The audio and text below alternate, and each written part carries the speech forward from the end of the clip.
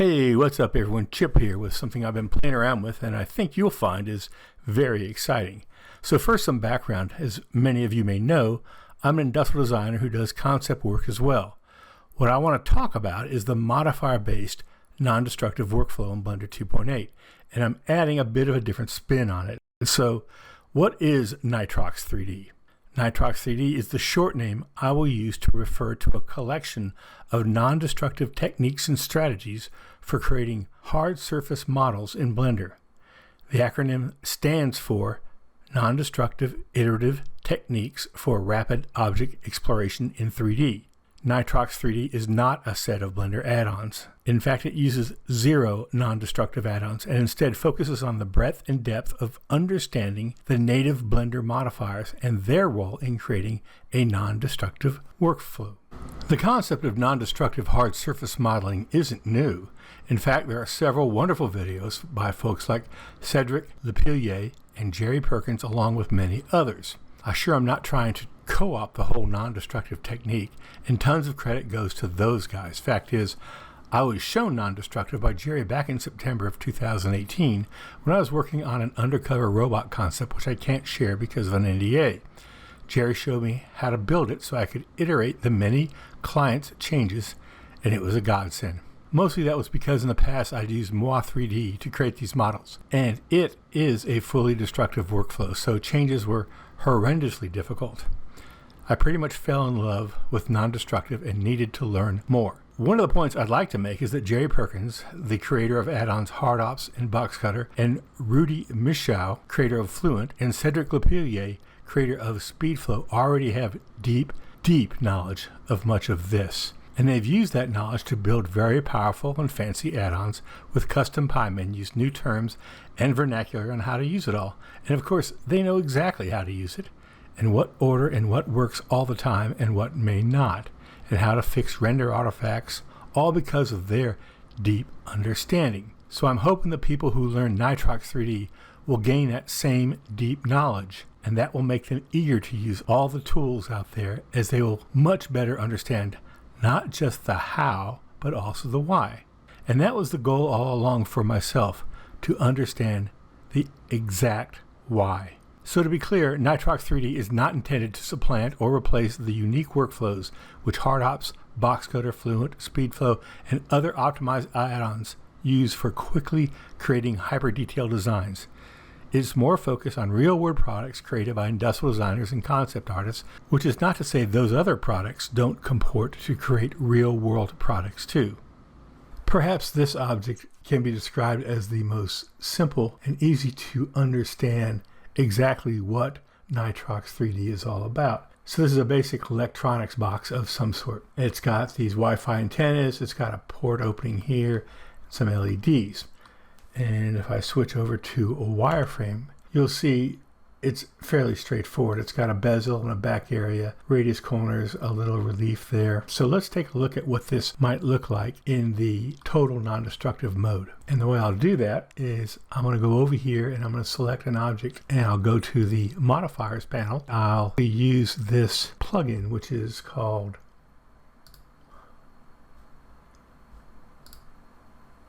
"3D View Modifier Tools," and I'll enable it. So now that that's set up, it'll put in the modifier pane all these 4 buttons, and in this case I'll hit the viewport viz button, and it'll basically take that whole box and turn it into one plane. So let's do this again for the LEDs. The same LED as the middle, but it's been mirrored, and I want to turn that off, and it's actually just one plane. I'll do the same with this other LED, turn that off, do the same with this box, and I'm going to turn that off. You can see below, these are the modifiers I'm using for these objects. We're going to get to that in a second video. And this is the relief, the cutout that we use. Here are the modifiers, turn that off. Here's one of the antenna ears. Because it's mirrored, we can turn that off. This is the connector.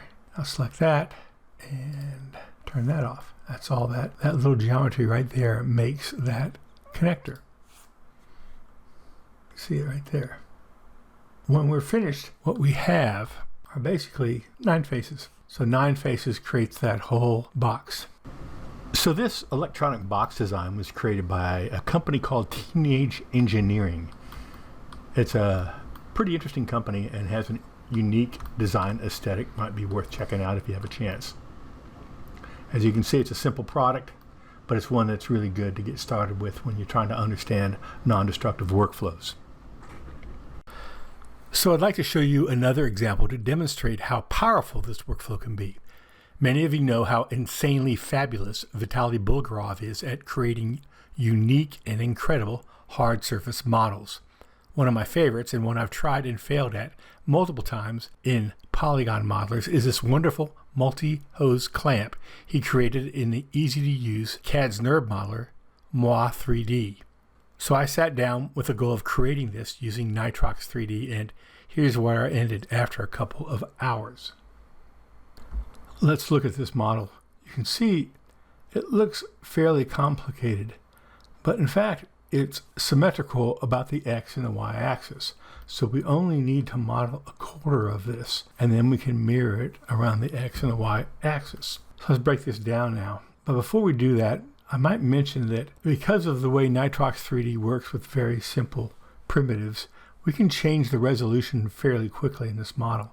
So we can make it a low poly model. Right now it looks like it's got 54,000 faces in it. I'm going to toggle on the originating NITROX3D meshes that work with the modifiers, and let's toggle off this mesh so you can see what we have here is we have 30 faces, and we also have 1, 2, 3, 4, 5 edges. So 30 faces and 5 edges creates that whole model. Toggle that back on, you can kind of see what they're all doing there, and we're going to actually get into this in more detail in a later video.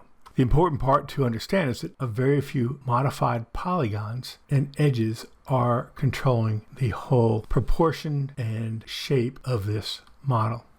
Here's another example of an existing Sony headphones preamp, and it uses some KitOps inserts for adding connectors in the front and the back. We'll talk about that in a minute.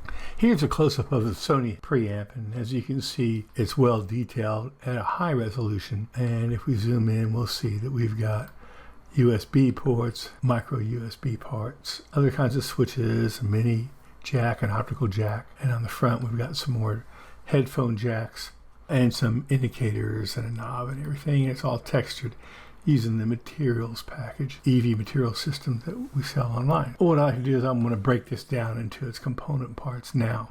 And here we have it broken down into basically a box with some loop cuts cut in because trying to manage the rendering artifacts as we cut in these switch guides right here. So the total for this is 54 faces for all of this. It's pretty efficient and looks pretty good. Now I'll toggle on the inserts, and you can see in the inserts the squares represent the labeling that we have for the object. The rest are just the KitOps inserts, and they are also built using the NITROX3D process, so we can actually modify the resolution and the detail of those. So as I said, this is a great example of using the NITROX3D modeling as applied to a real-world object. So we'll end this video looking at this particular model. It's a hospital stand that they use to put either trays of food on or maybe a laptop or something like that. It has this little lever here which you can use to adjust it up and down. It's got casters, as you can see. We can zoom in and see what the casters look like. It's got a die cast stand and some extrusions here that create the up structure here, and a very interesting stamped out metal surface for the top area. So let's take a quick look at this as we deconstruct it to understand what type of objects were used to create it. I'll jump in here, turn on the primitives. Here are the primitives that we are using to create this object. So there's the stand, and there are the primitives. And what you can see is that we're using some basic things. Got a plane here. We're deforming it with this curve right here. We're adding holes in the plane, and as we add the holes, it creates the openings here and up in here. We're actually creating bevels using the Boolean bevel, which is this right here. So I'm going to explain some of these in later videos, but you'll understand that it's pretty simple to see that this little square right here is going to be rounded and extrude this circular diameter pipe down here. If we look closely at just one of the casters, you'll see that they are fairly simple, and there's just basically this box here with a cutout, which is what this is.